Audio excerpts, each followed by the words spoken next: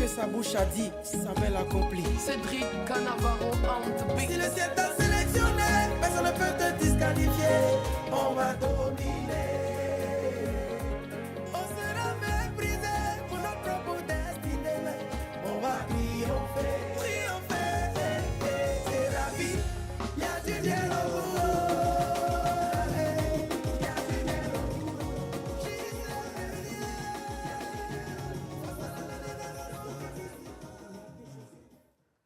Bonsoir mesdames et messieurs, bienvenue dans votre émission Ason Africa TV Show. Aujourd'hui, nous avons l'honneur d'accueillir M. Karim Tos Diabaté dans notre second numéro de la saison 1 de Ason Africa TV Show. Dans cette émission, M. Karim nous parlera de son expérience en tant que journaliste indépendant, de sa famille, et bien évidemment de ses projets d'avenir. Monsieur Karim, sur ce, pouvez-vous vous présenter à nos téléspectateurs? Merci Baki de m'inviter. Waouh, voir des TV shows. Ouais. Ça commence avec de la musique. Vraiment. Mon Dieu. Alors quelle imagination, c'est intéressant.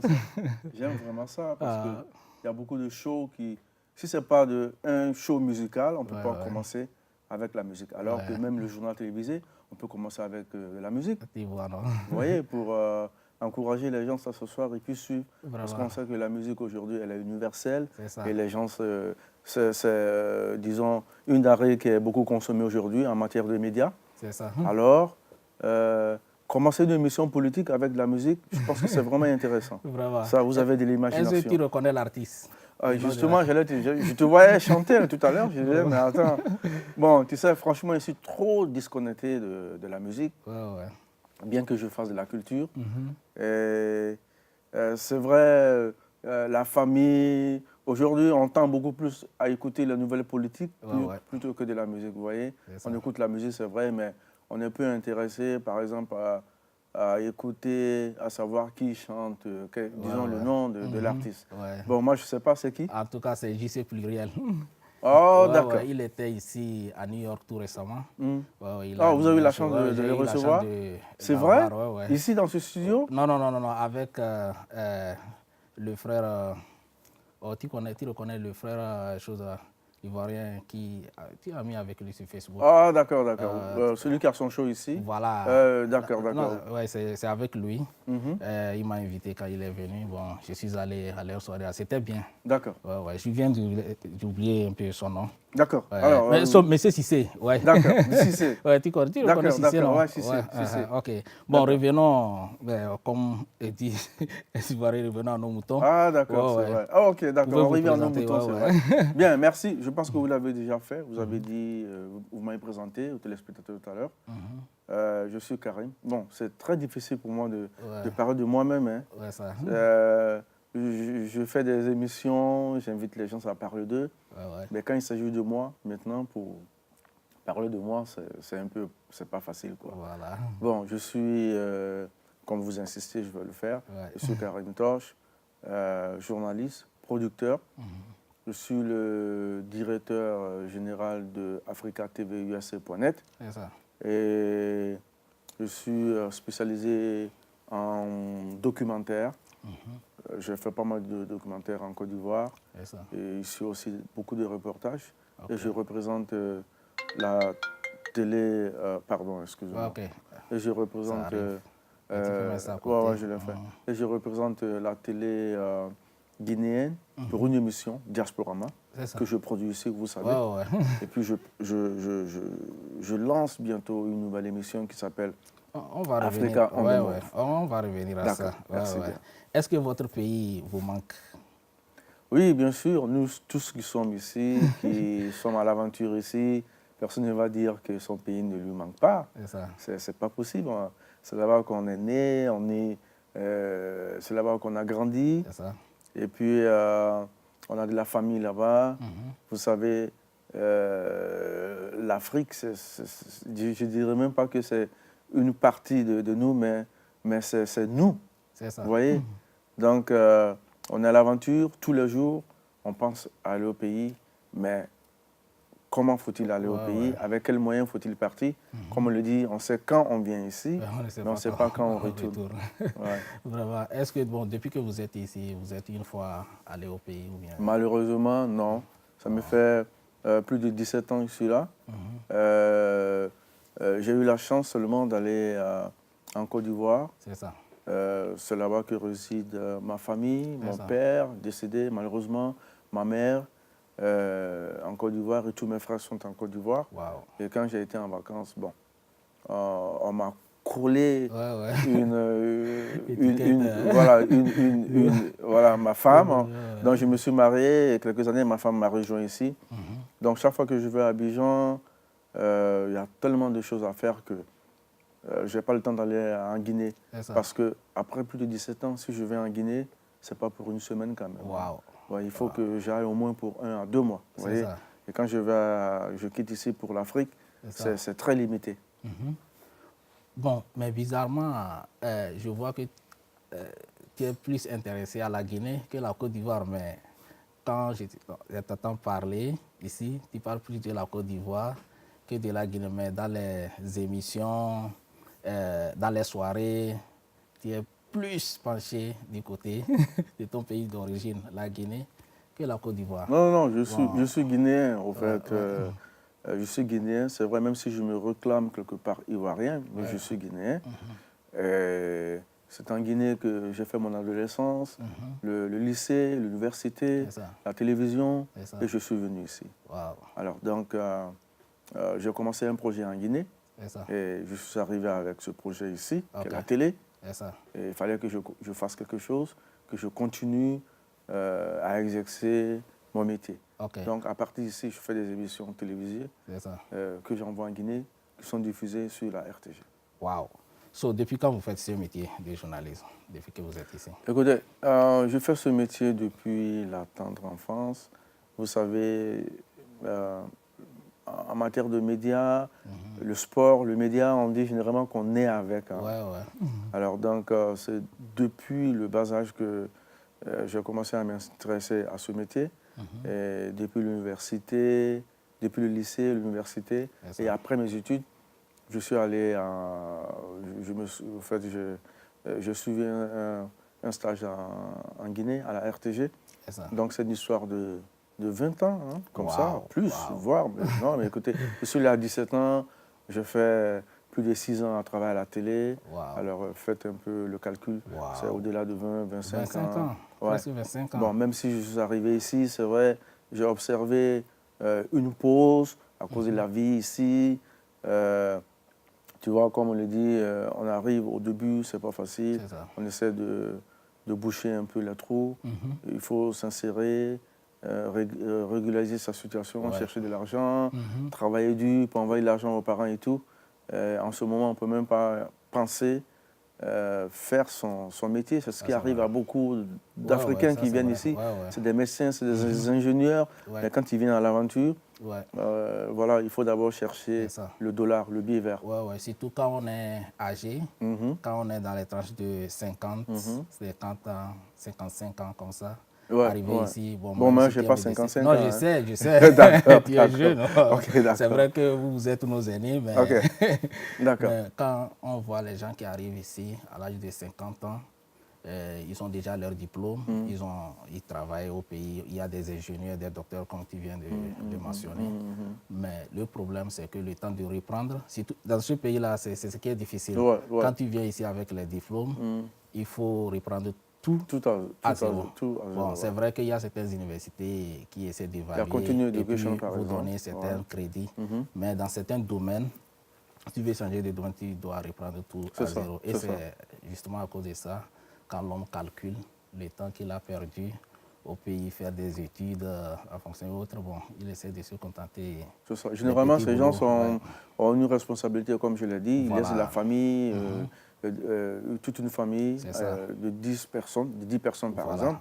Et quand ils viennent ici, il faut d'abord subvenir aux besoins financiers de ces gens. Donc, c'est pas facile. Bon, c'est vraiment une opportunité pour nous les jeunes.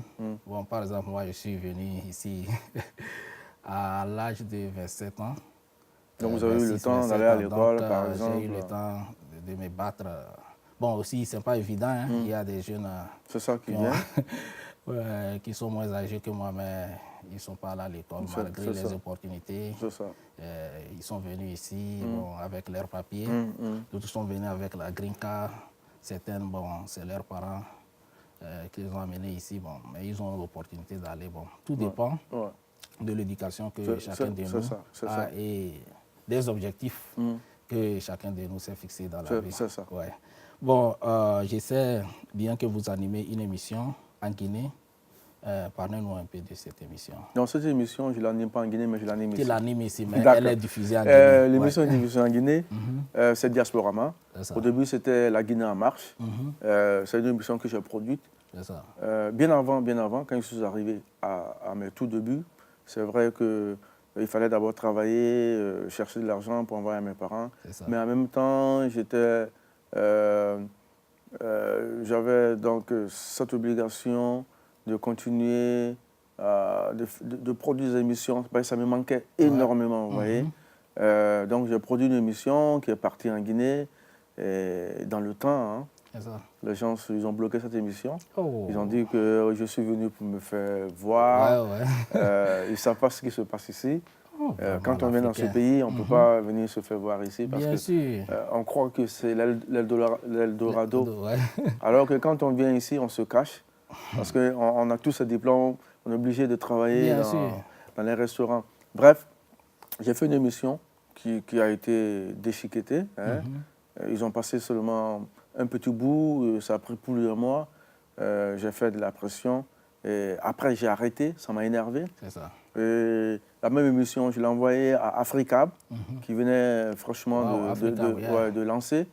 Et le directeur m'a appelé en personne et j'ai commencé à produire beaucoup d'émissions pendant 2 ans, 3 ans.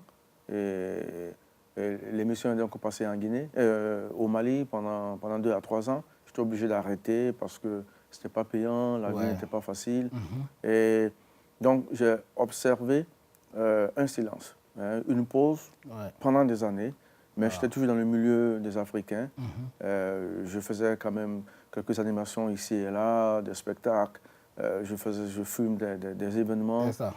Et il y a 5 ans, 6 ans, 5 ans, je ne sais plus, j'ai proposé une émission, un reportage à la veille des élections en Guinée, parce que j'ai vu les tensions qui régnaient. Donc je me suis dit qu'il fallait faire quelque chose. Je produis une émission et c'est là que ça a commencé. Et ensuite, j'ai créé une émission qui s'appelle La Guinée en marche, qui c'est des reportages sur les Guinéens qui évoluent dans le formel et l'informel ici. La vie des Guinéens en un mot. L'émission est passée pendant 2 ans, 1 an, 2 ans. Et puis ils ont dit, bon, écoutez, nous, on a une émission qui est dans la grille des programmes, qui est semblable à ce que vous faites. Donc, vous allez produire cette émission qui s'appelle Diasporama. Donc, j'ai arrêté La Guinée en marche. Maintenant, je produis Diasporama, qui est une émission de la télévision guinéenne. Ce n'est pas mon émission. Je ne suis pas le producteur. Je suis le producteur ici. Mais au niveau de la Guinée, ce n'est pas mon émission. Mon émission, c'est La Guinée en marche. Et voilà.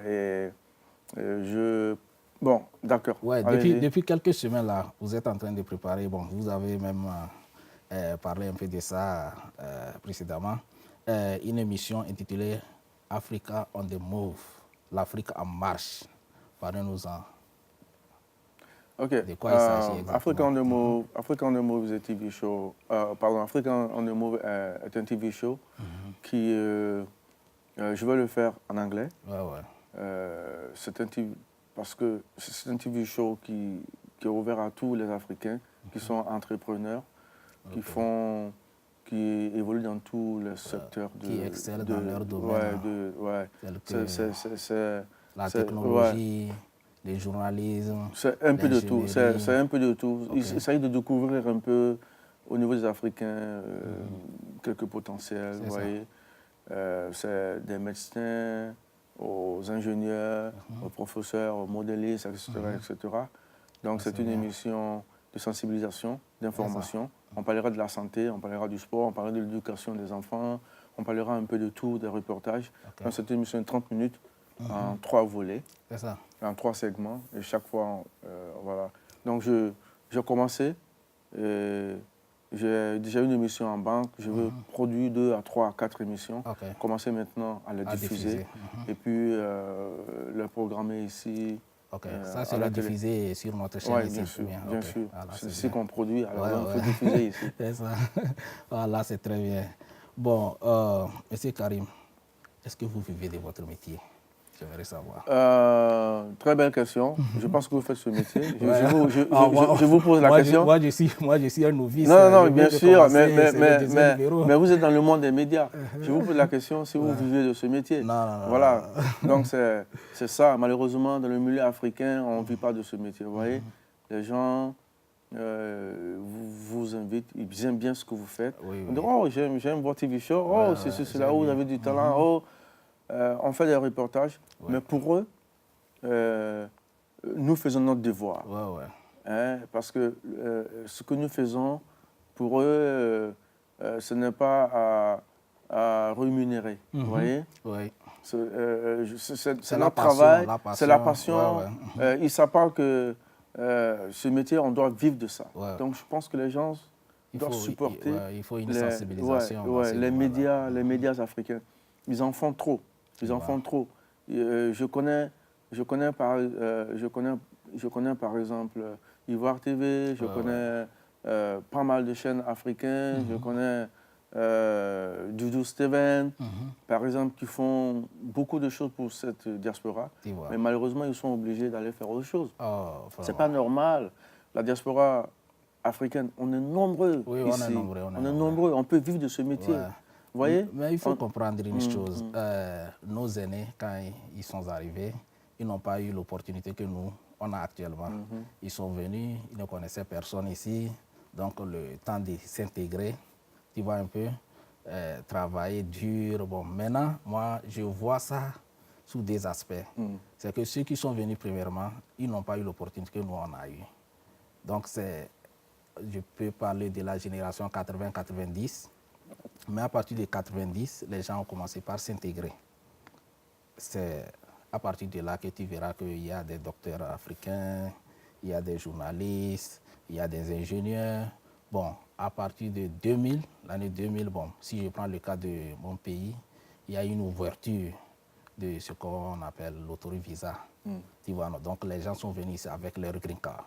Quand ils sont venus ici, bon, la plupart, bon, tu es venu ici, tu as des papiers, tu n'as plus besoin de travailler dur pour faire les papiers et après aller à l'école. Donc les jeunes qui ont eu cette chance-là, ils travaillent part-time souvent. Et vous parlez de qui? Vous parlez de... Je parle je ne sais pas s'il y a ce programme-là en Guinée, le programme de l'autovisa là. Ok, oui, bien sûr. Donc, ceux qui sont venus ici dans les années, je suis en train de t'expliquer comment la migration a commencé et pourquoi ça freine le développement. Comme on parle, les gens ne veulent pas aider autres là. C'est pourquoi je veux faire cette historique-là. Donc, ceux qui sont venus ici, à partir de 2000 et autres, ils sont à la... Non, écoutez, je pense qu'on n'a pas vraiment besoin de faire toute l'historique. Ce qu'on demande... Non, maintenant, c'est pour te dire que ça va prendre. La mayonnaise est en train de prendre. Non, écoutez, c'est un business du gagnant-gagnant. Vous voyez, vous avez un business, vous faites du commercial. C'est ça. Nous, on va vers vous, pour filmer, pour faire un reportage, quand même, payer quelque chose. Moi, c'est de ça. Même les moyens de déplacement. Même les moyens de déplacement, les gens ne le font pas. J'ai fait trop de reportages aujourd'hui. J'avais d'abord un magazine dans le temps. J'étais obligé de fermer le magazine parce que parmi ces gens, il y en a qui étaient vraiment honnêtes. Ils me disent, Toch, celui qui te dit qu'il ne fait pas de l'argent à partir d'un magazine a menti. C'est ça. Parce que, il dit, lui, par exemple, il a reçu beaucoup de marchés d'autres États, alors que le magazine était publié ici. Et qu'en dis-tu pour la vidéo? Donc, on fait beaucoup pour les gens. Les gens font des chiffres d'affaires, ils font des affaires, ils font de l'argent.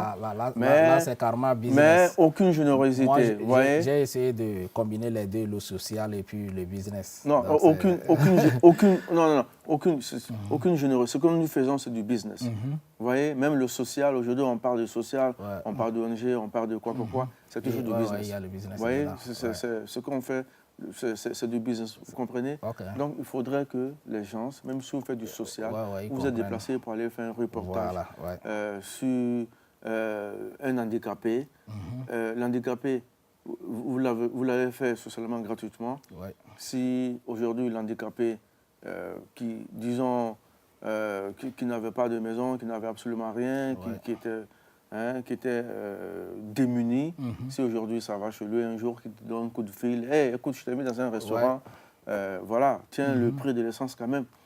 Donc il faudrait qu'on reconnaisse le travail que nous faisons, mais les gens, très peu. Reconnaissent quand même. Je ne peux pas vous dire combien de fois, je peux vous dire au bout des 5 doigts, ceux qui ont aujourd'hui réellement contribué de façon désintéressée à tout ce que nous faisons. Il y en a très peu. Voilà, c'est pas bien. Bon, que faites-vous d'autre à part le journalisme? Bon, je ne me cacherai pas, c'est choquant, c'est vrai, après toutes ces années d'expérience, il faut, je vais le dire, j'espère que peut-être que les gens vont commencer à prendre conscience parce que il n'y a pas, côté de mon pays par exemple, je n'en connais pas assez qui font de la télé, il y en a, mais je n'en connais pas assez. Mais je pense que les gens doivent quand même pouvoir être, disons, avoir honte quand même de me voir en train de conduire le taxi. Je pense qu'ils doivent dire, écoutez, non, ce n'est pas un saut métier, mais ce que je voudrais, ce que moi je souhaiterais, ce que je souhaiterais, c'est un bon métier. On fait de l'argent. Quand vous asseyez pendant 12 heures d'après un ami, tu rentres avec, si tu fais $300 avec ces compagnies, bon, voilà, donc vous travaillez pendant 12 heures pour faire de l'argent, mais je me vois mal en train de faire le taxi. Je voudrais plus me donner tout mon plein temps à faire les reportages, parce qu'il y a combien de millions de Guinéens qui font des affaires, et mon émission, je la produis une fois par mois. C'est pas possible. Et c'est la seule émission qui est diffusée en Guinée.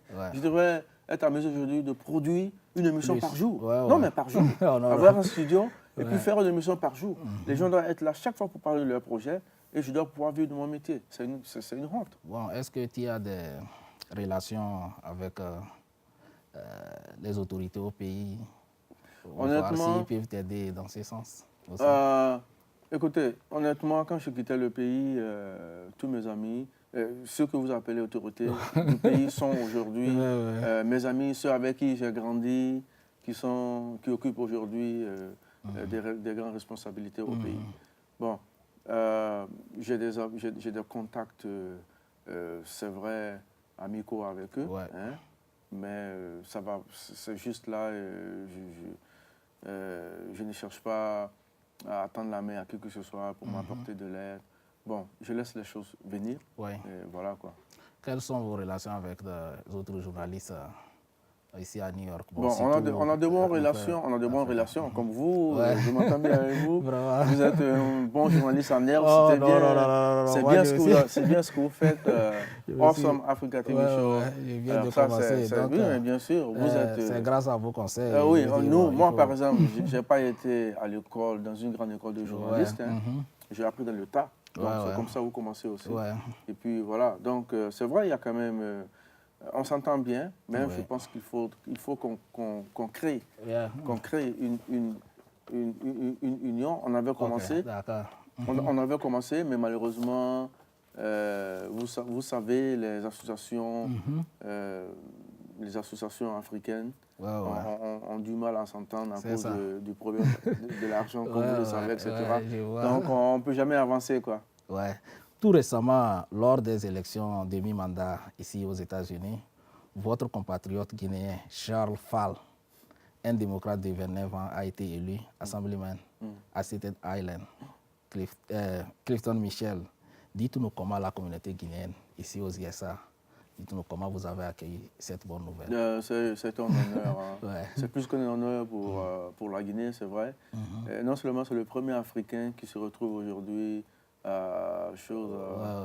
comment j'appelle ça, Albanie, mais c'est un Guinéen, un compatriote guinéen. Vous voyez, je me rappelle encore lorsque tous les Guinéens de New York sont allés à Staten Island. Ils ont dit on n'a pas de Staten Island, mais on vient vous soutenir. On vient vous soutenir. Donc je pense que Charles, c'est le fils d'un compatriote guinéen. C'est un jeune. Et vraiment, c'est plus qu'une fierté, quoi. Vraiment. Et on l'a reçu dans cette émission ici. Oui, je me rappelle, les jours là, j'étais là quand il était venu. Oui, c'est ça. On l'a aidé. Et je me prépare pour faire un documentaire pour lui. Je pense que c'est ma contribution. Vraiment. Là, c'est bien. On en est vraiment fiers. Vraiment. Ok, vous vivez-vous seul ici ou bien avec votre famille? Bon, vous avez parlé du temps de travailler, amener. Bon, je ne sais pas si vous vivez ici avec votre famille. Oui, je vous l'ai dit au début. Quand j'ai été à Abidjan, on m'a collé une femme. Ok, non, c'est pas qu'on vous a collé. N'est-ce pas? Il y a eu consentement. Ah oui, absolument. C'est une façon de parler. Je plaisante juste avec elle. Donc, quelques années après, je l'ai fait venir. Et aujourd'hui, on a 3 enfants. C'est une famille qui vit en harmonie. Wow. Super bien. Ouais, je vois souvent quand tu es ici, là, tu es avec des coups de fil. Là. Oui, Madame c'est vrai. C'est vrai. Bon, il faut être... vous voyez, lorsque vous sortez, il faut être toujours en contact avec la famille. Il faut toujours appeler parce que malheureusement, j'ai 3 petits-enfants, 5 bien. ans, 4 ans, 1 an. Il faut toujours être en contact avec la famille pour savoir comment ils vont, etc. Et tout. C'est ça. Malheureusement, ton jeune frère a sa femme au pays, donc la dame n'est pas encore là. Mais nous avons des enfants, des garçons. Ah, mais c'est bien, c'est bien, c'est très bien, félicitations. Le premier en décembre, le mois prochain, lui, il aura 5 ans. Waouh! Et puis le second, lui, il a 1 an et demi. D'accord, c'est bien. Donc, 5 ans comme ma fille, alors. Là, c'est très bien. Là, on viendra demander la mère. Non, il n'y a aucun problème. Il n'y a aucun problème. Il n'y a pas de souci. Les portes vous sont ouvertes. Ok, bon, monsieur Karim, vous savez que l'année 2018 tire allègrement à sa fin. Bon, quels sont vos projets pour 2019? 2019 appartient à Allah, ça appartient à Dieu. Vous savez, on ne fait que mettre en prière. Hein. C'est tout. L'essentiel, c'est la santé, la longévité que nous demandons à Dieu. Et je pense que tout le reste vient après. Inch'Allah. Mais dans 15 jours, je serai là pour faire la première émission en live de Diasporama. Donc à partir de là, je pense qu'on pourra voir si on pourra continuer à faire des émissions en live. Ça va permettre aux gens de nous suivre davantage. Je pense que ça manque. Les émissions en live avec les Africains, ça manque ici. Et je pense qu'il faut y penser. On me fait signe que nous sommes au terme de notre émission. Le temps, déjà, ça fait 30 minutes, ça passe vite. Ça passe vite. Quel est votre mot de fin? Non, je ne peux que vous remercier de m'inviter ici. Et après toutes ces années que je fais, je pense que c'est la première fois qu'on m'invite à un plateau de télévision pour parler de moi, de mes projets. Donc c'est plus qu'un honneur. Je suis vraiment heureux. Moi, je suis très très ravi de vous avoir dans mon émission. Merci. Et puis bon, c'est notre second numéro. Il y aura d'autres. Et puis je sais que tu es là, tu vas m'accompagner. D'accord, avec plaisir. À nos téléspectateurs, nous sommes arrivés au terme de notre émission. On se revoit le mois prochain. Merci bien. À vous. Ciao.